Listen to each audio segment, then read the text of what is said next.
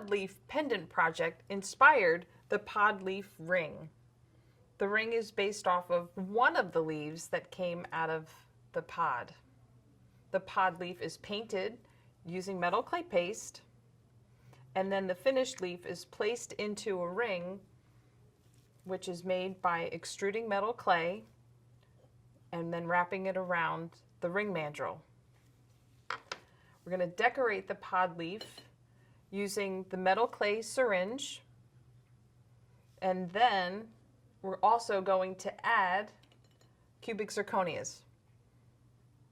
Once the ring is complete, we will finish it using all the different finishing and sanding supplies, fire it in the kiln, and then use our finishing techniques to bring the ring to a final polish.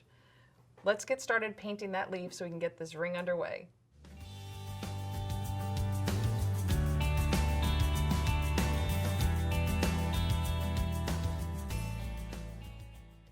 So we're ready to paint the pod leaf.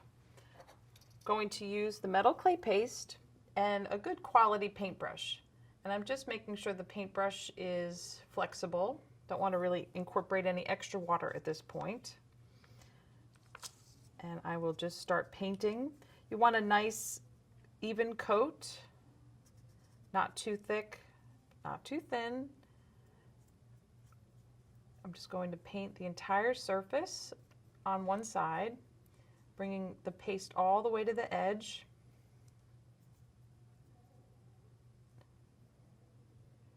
And making sure I get all the indents. It's kind of cool in the beginning. You can see a lot of the texture coming through.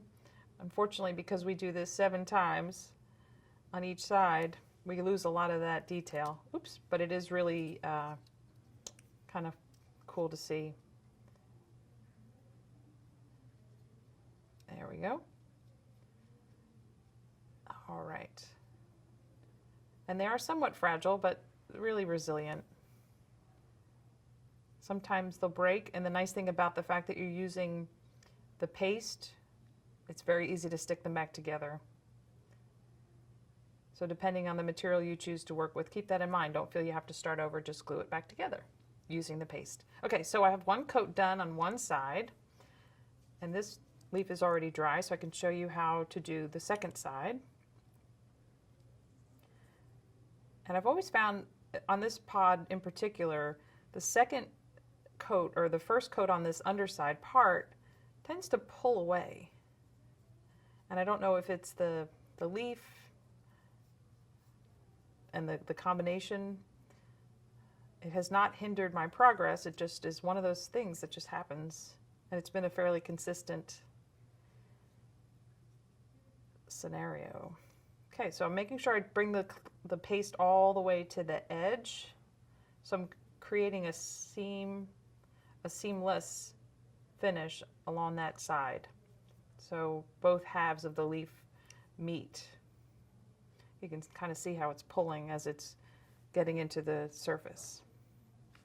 And I'll leave that, I'll show you as it's drying while I go on to the next one. In fact, here you can see how it pulled away. And all we're going to do is just paint on the second coat and fill in those marks. And because we do this 7 times, it does eventually stop pulling away and it does get filled in. Oh, see, that happens too. Sometimes you're lifting the clay that has dried and you just put it back down, and the paste really works as your friend in this case, and it allows you to just put it back in place. And because we're going to go 7 times on each side, you have a lot of opportunity to get this into the shape that you like. You can apply a little more clay in an area that might lose a layer. Just give each coat the opportunity to dry, and drying time varies depending on your location. More humid environment, it'll take longer for the leaf to dry. I don't advise expediting the drying, so I wouldn't recommend placing this in any area where you're using a dehydrator or a candle warmer. Just let it air dry on its own. I have found that to be the most forgiving. to the paste, allowing it to just dry on its own. And here you can see exactly what I was saying. Even while it's wet, you can see it pulling away. It's actually kind of cool, but eventually you'll just go back in and fill that in. All right, so as I mentioned, I've probably said it a lot of times, just so you really get it, 7 times each side. And then you get a really nice solid leaf. And once you have it done on both sides at that many levels, you'll want to use the polishing papers to come in and refine the surface. You don't want to lose some of the texture that you've created from painting. You can see these are really more like brush strokes than the texture from the pod leaf itself. But I feel, because I've lost the original texture, that that's kind of neat that I still have what looks to be a natural, more organic texture than just a smooth surface. You really could work to make this a smooth surface if you prefer that. You can change nature's plan and make it your own. So go through all of the grits of the polishing papers and get that leaf into a really good shape. We're going to be doing more work with the leaf, but the better shape it's in now, the less work you'll have to do later as we're progressing. So here's the leaf, and it is now ready to be inserted into the ring base. But first we have to make our ring mandrel ready for making the ring, and then we'll just keep this aside until that's done.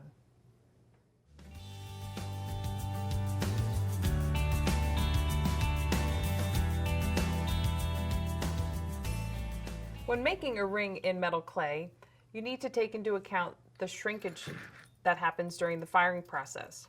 So we need to determine the size ring for the finger you're going to wear it on. So using a ring sizer, whether you use the metal ring sizer or the plastic ring sizer, determine the size that you need, and then increase it by 2.5 sizes. And that number will allow the shrinkage to take place and still yield a ring that you're happy with. So I will place the proper size ring onto the ring mandrel, and I will make a mark. And I use pencil so that from time to time I can clean this off and make sure I'm not making the wrong ring.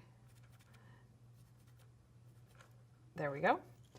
And from here, I want to make sure that my surface is non-stick. And so to accomplish that, we take a piece of the non-stick Teflon sheet that I've trimmed and wrap it around the ring mandrel. And so I'm not adding dimension or even more size to the ring. I want to trim this as close as I can and yet still have the piece have a little bit of an overlap, but I don't want so much of an overlap. I'll use a pair of scissors to trim at the mark.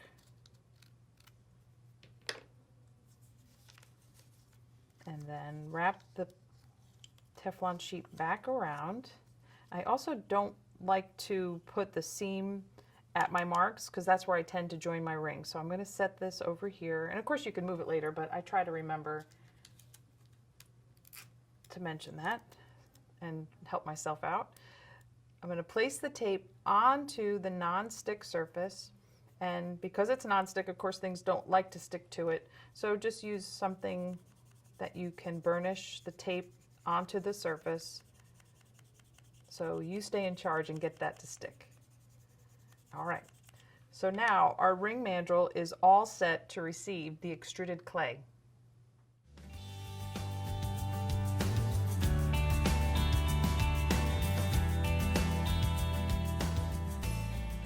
The mandrel's ready. Now it's time to make the ring band. I'm going to put some clay into the extruder. And for this I use more than I know I'll need, just so I'm sure to get a really good rope of clay to work with, and then I can just put the excess away when I'm done. So I'm going to put the clay in, and then for this shape ring I'm going to use the rectangle die or disc, and I'm going to place that into the extruder cap. And then put the cap on the extruder. Okay, and then I'm going to extrude from here. It just gives me the ability to let the clay fall from the extruder rather than blocking it with the tools I've left in my way or whatever it might be on my table that would prevent me from having a clean rope. And then I will just trim it from the extruder using a nice clean blade. Sharp blade, be careful with that. And the rope will then be wrapped around the mandrel at our mark. Let's see. I want to have that excess. I can see a little bump in the extruded rope. So I want to make sure that's part of the excess. And where the clay overlaps, I'm going to do a lap joint. And the lap joint is cut on an angle. So I'm going to cut the layers of clay on an angle, and I've conditioned the blade so that it won't stick to the clay as much. There we go. And then I'll remove the excess clay. This side doesn't have as much, okay. And then because I've created the lap joint, one side is angled on one, like a 45-degree angle, and the other one in the opposite, so that as they come together, they equal thickness all the way around the band, or close to it. It creates a very secure join. From here, I will add water. Water will work very well on a join that's wet to wet clay. So I'm just going to add some water here, make sure it gets all the way across. Add some water there and kind of draw it through from one side to the other. There we go. That area's got a little ding in it from something I've done. There we go. And I'll add just a little bit more water. I've also conditioned the end of the paintbrush so I can use it as a tool. And you can see once the clay gets wet, it does leave some residue, but the tool is conditioned so it's not sticking to my band. I'll just use this to smooth out the join and create a nice even band all the way across this area, trying to keep the ring in shape. That looks good. Come all the way around, make sure it's all in even. This ultimately decides the size of your ring, so it's good to have it so that it's around the circle in a straight line. Okay, and in this area, I also like to take advantage of the fact that there is some excess clay from creating that joint, and that is where I will place the leaf.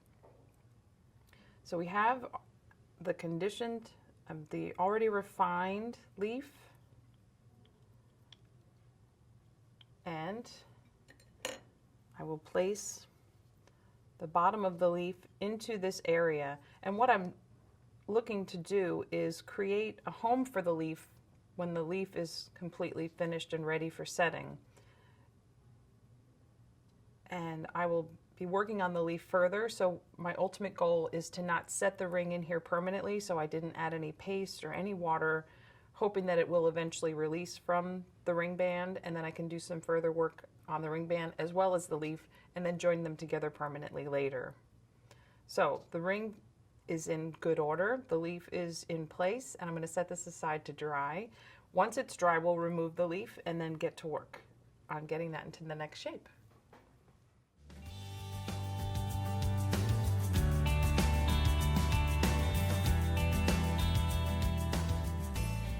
Now we're going to remove the ring from the ring mandrel and then remove the leaf. All right, so there, the leaf was not in place, which was actually makes our job a little bit easier. But if it did stick, just remove it from the ring mandrel and carefully work the joint apart. And you may find that some of the leaf stays with the ring, and we'll work on cleaning that up as well as filling this back in. it's not a problem, and really it'll be so much easier to finish the ring with the two parts separate, so it's worth the extra effort. So I'm just going to set the leaf aside for now, and we're going to work on the ring. And what I want to do first is clean up this area here where the leaf was attached. And because the ring shank is so thick, I want to just work a little bit more aggressively and use the jeweler's files. And I'll get into that area where the leaf pressed the clay down and just clean that up. Get that all nice and smooth. And you can see that the jeweler's files really are fairly aggressive, so they will remove a lot of clay fast. And keep that in mind because you may not want to take out that much. And then if you find any debris from the leaf, you'll just want to make sure that it's removed. More just for the fact that you know it's not there, not that it would harm anything, but I like to have a clean surface to work with. And ultimately what we're doing is setting the ring up to set the leaf back in. So you also don't want to enlarge the hole beyond what the leaf will fill. If you can, you know, make that connection fairly tight. And you can kind of make this as perfect as you can get it using the different tools. But once you're done with the jeweler's file, you'll want to move into the polishing papers and make sure the polishing papers have the opportunity to polish the entire ring band.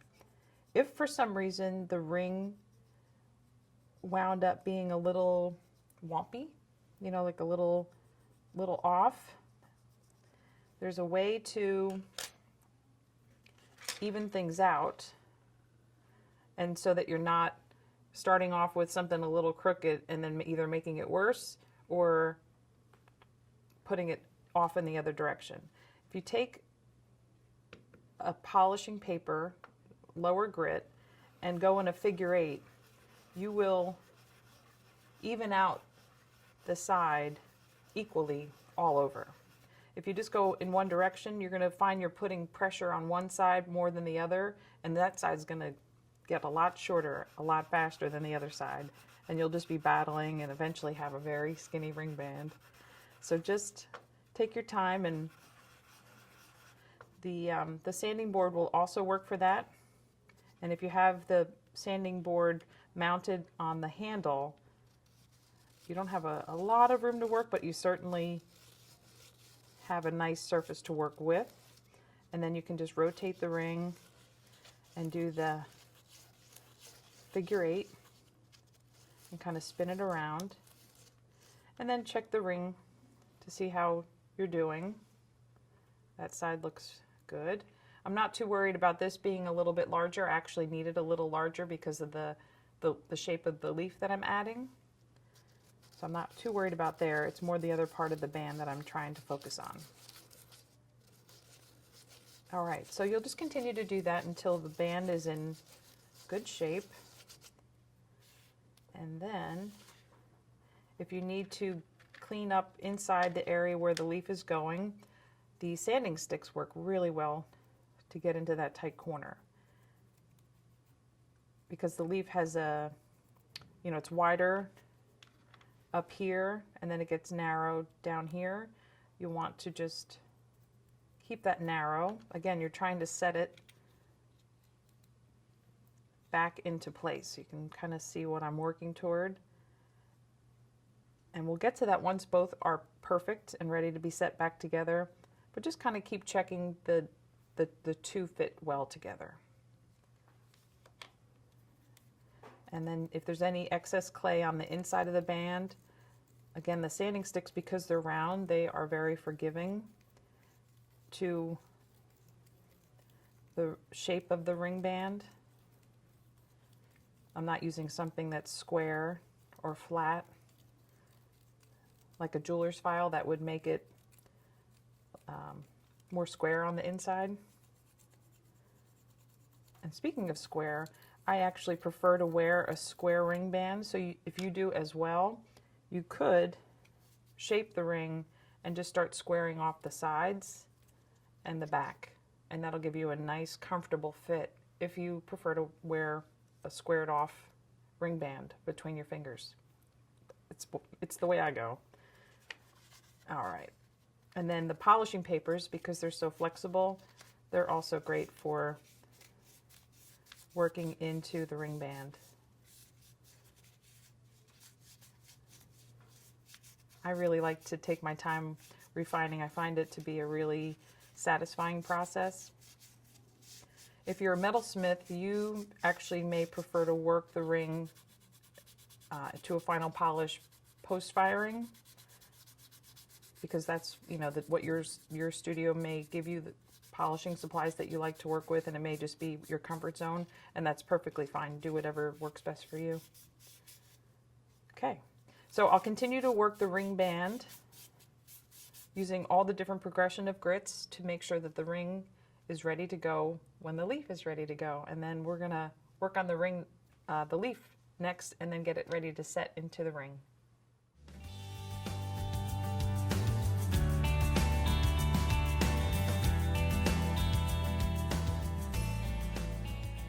So let's first fix the leaf so that it is ready for going into the ring. We had at the removal from the band, that area get exposed, and it really will be hidden once we use clay to add it to the ring band, but just for my own peace of mind and to show you how to fix that, I'm just adding some clay, and I'm using the paste, and I'll let it dry, and then I'll do it again. And depending on how it looks when it's dry, I'll either just do it one more time or I'll do it a couple of times. I won't go all the way back to 7, because really this area is going to be filled in with clay when it gets added to the ring. It's just, like I said, more just for my own peace of mind. And since we're adding clay, let's just double check everything else looks good, and we'll set it aside to dry. Now this is the mate to that leaf, but I have a leaf that is ready to go. It's dry, it's refined, it's in good order, and I have a ring band that's been worked to accommodate the leaf. And obviously it's a different shape, a different configuration as far as the opening goes, but each leaf is different, so just keep that in mind. And then it's just going to look like that. But first we need to add the cubic zirconias to the leaf. And the reason I'm using the cubic zirconias is they fire well in the kiln, so they can be fired in place safely. Not all stones work for this. There is a chart available at firemountaingems.com that will give you the stones that will work and at which temperature and for what length of time.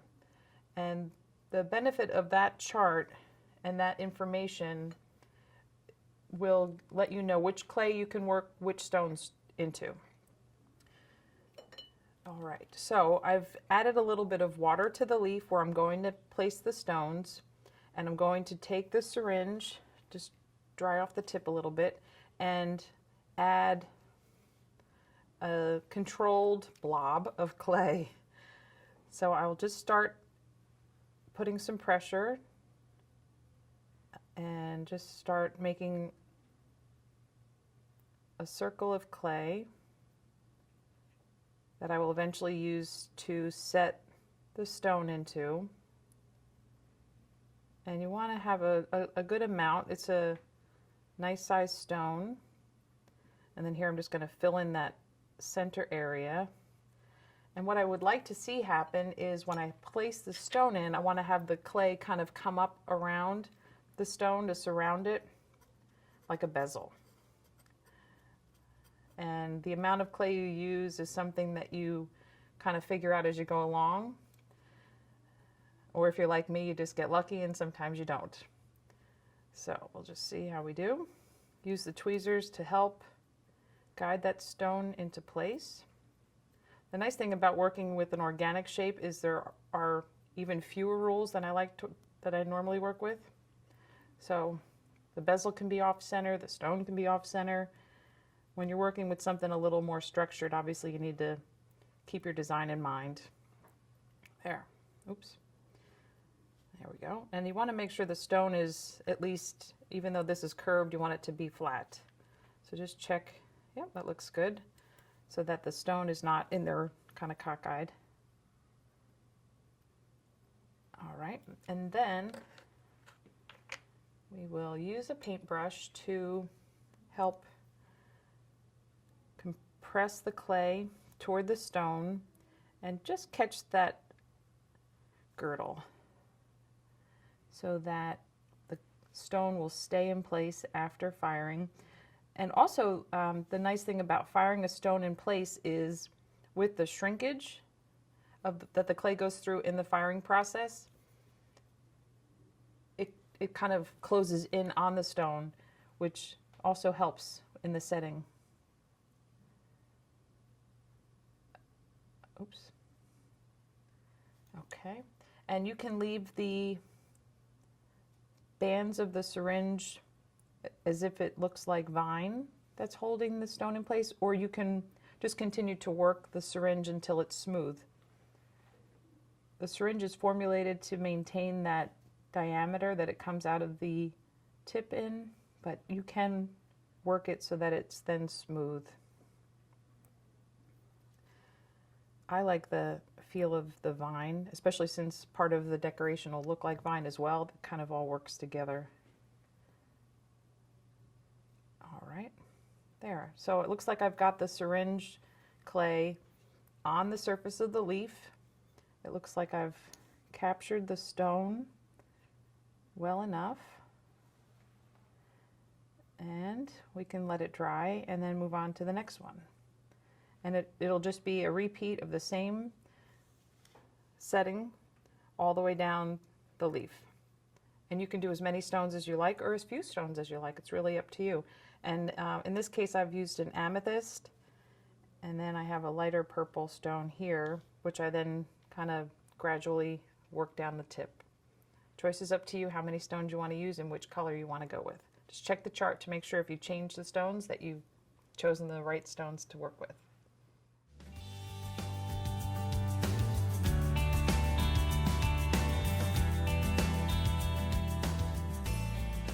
The leaf is ready, the stones are set. Time to clean up the area around the stones and then add a little flourish of syringe.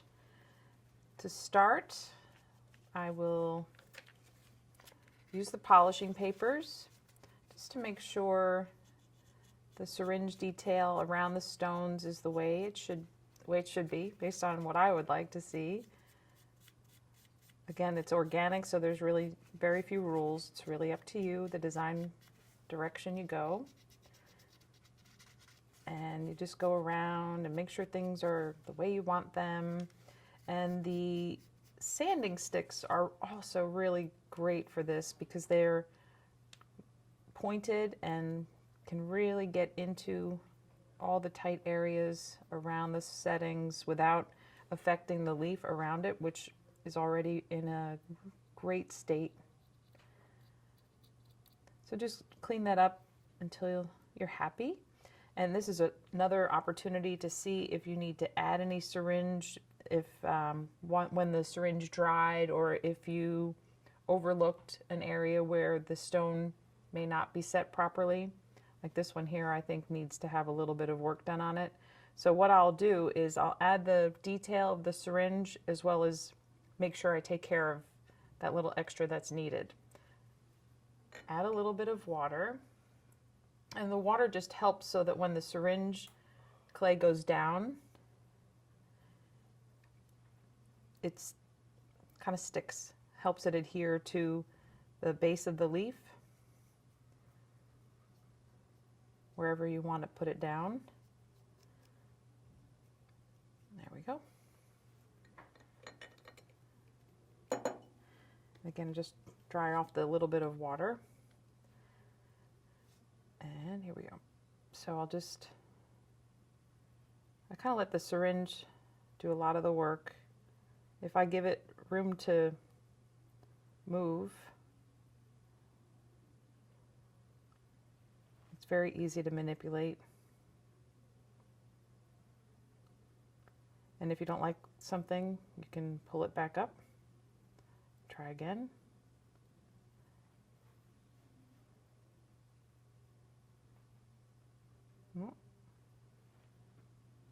Here I'm going to come up around, catch that edge, come around the bottom, and finish.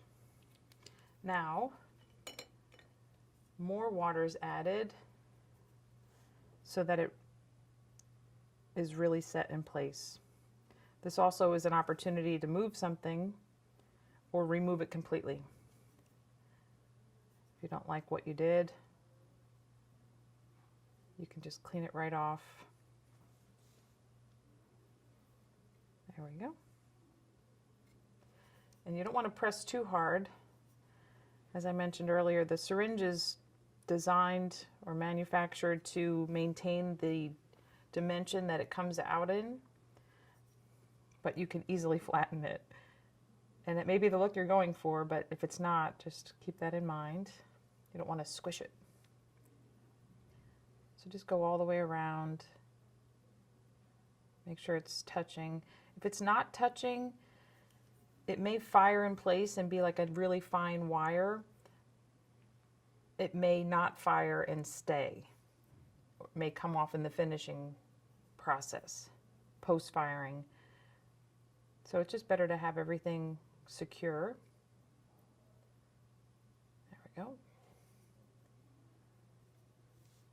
And I don't really care for that, so I'm going to try to move it. There we go. There. And I'll come in on the stone where I want to make sure the syringe is capturing that edge that I didn't think was quite good enough. There we are.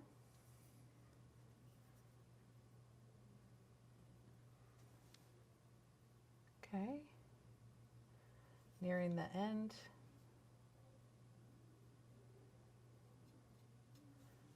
So that is going to be all set. All right. We have everybody? Looks like it. Okay, so we'll set this aside to dry, undisturbed. And this guy is already set. So one last time to take a look, see if there's anything you want to add, take away. If you want to take anything away, these are definitely the tool of choice if you want to get in and lift something off or create a pattern, a texture, because the rest of the leaf is really in pristine shape. You don't want to really undo too much, but if you wanted to affect the syringe detail, this would be the time to do it. From here, it's ready to set into the ring. Just double check the back. Okay. Oh, one thing here on this leaf, if I can share with you, here the leaf broke. Midway through cleaning it up, it had split, and I just glued it back together using paste and applied a little bit extra. Once it dried, I added some more just to really give it a secure fit, but you can't even tell. Well, at least I don't think you can tell. But I wanted to share that with you just so you can see it really, it's still something you can go forward with if that happens. You don't have to start over. Okay, so our ring band is ready. I will add some water as well as some paste. We're doing dry to dry. And this is a connection you really want to work well. So add some paste. And then I'm going to smoosh some clay in there. Get a little bit of clay. You want to make sure you take out enough to fill that opening, as well as enough to capture the leaf. All right.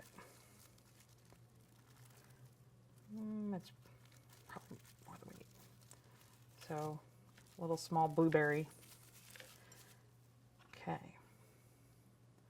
I'm going to put that into the opening. So you can see it's coming through the back of the ring. It's covered the top. And now to set, oh, I want to definitely wet this, because now I want this to stay. So I want all the material to come together, and that water will help. I'm going to set it into place, getting it into that opening, like so. And from here, I will use the end of the paintbrush to smooth out the clay.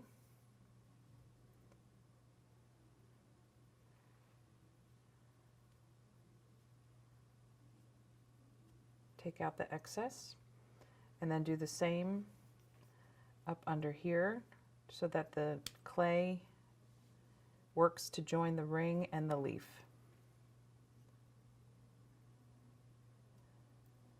As if they're one. Now this is the ring, the area that will be against your finger, so you want to make sure that it's smooth. And the best time to do that is while the clay is fresh, so that you can capture the excess and reuse it a little more readily, or move it to an area that actually needs a little extra. So I will use some water. Make sure we get that in there. In fact, I'll use some of this extra. Oop, thank you. And get that in there. Okay.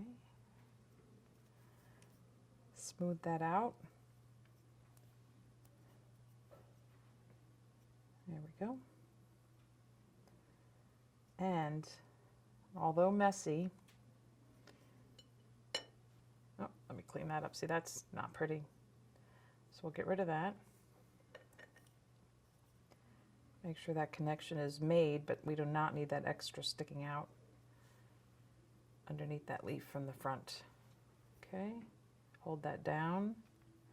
Everybody looks good. Okay.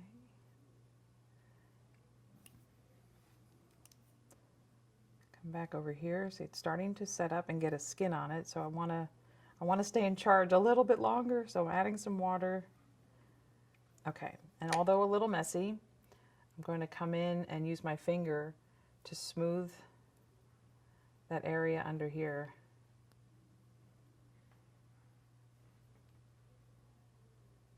There. And you can add more water and smooth it out a little bit more. You don't want to remove too much clay, but it will help when you come back to refine this once it's dry, to take that little bit of time to do it while it's wet. All right, so now it's ready to dry, and then we'll revisit firing and how to put this into the kiln so that it stays in one piece, and we'll take care of that next.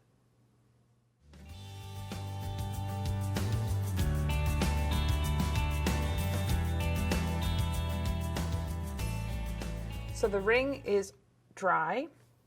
The connection between the leaf and the ring is solid, and it's just a little cleanup that's needed at this point. So we'll go back through the progression of the sanding papers and get into all those crevices of the fresh clay that you just put down and clean that up. And this is also the time, if you find any gaps or anything that may have, during the shrinking of in the drying, fill those in, and then let it dry again, and then come in and refine it. And then work through all of the progression of the grits. Use any other additional sanding supplies that you may feel are necessary, and once that's ready, we can put it in the kiln. We've got our kiln shelf, we've got a fiber blanket. The fiber blanket is going to support the face of the leaf, and then we're going to place pieces of the fiber blanket into the ring band. The ring band is a fairly large diameter, so I want to make sure I'm giving it proper support. And as a reminder, when you're working with the fiber blanket, you want to make sure you're wearing a mask as you're tearing it apart. And if you have any sensitivities, just keep it on until you're done and the piece is in the kiln. And then once you're done, make sure you wash your hands, because there's fibers that do come off in this part of the process. So when firing this piece, the way I've adjusted the firing temperature is for the first ramp of the kiln, I fire it at 200 degrees per hour up to 750. And at that stage, the binder will burn off. And it's really holding the kiln at that temperature, much lower temperature than the full next ramp. And that really did seem to be successful. So then once I've ramped up 200 degrees per hour up to 750, I'm going to hold it for 10 minutes. That gives the binder the time to burn off and everything is still in one piece. And then we'll do a second ramp from full speed up to 1110 for 30 minutes. That gives us a very successful firing, and the stones worked beautifully and everything came out great. And I will show you here in one of the finished versions how well it worked. The stones are in perfect shape, the color's great, the ring is metal, and all we're going to do now is remove the fiber blanket.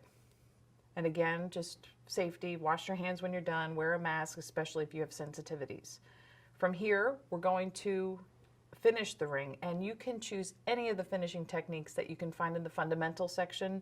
You can burnish this to a really high shine, leave the leaf at a matte finish, lots of different options for you. So just have fun with exploring those techniques and figuring out what works best for your ring. And as you can see in the finished ring, this was done using the wire brush, and then it was brought up to this high polish using the stainless steel shot in a tumbler. Have fun incorporating nature into your designs and then finishing it to suit your style.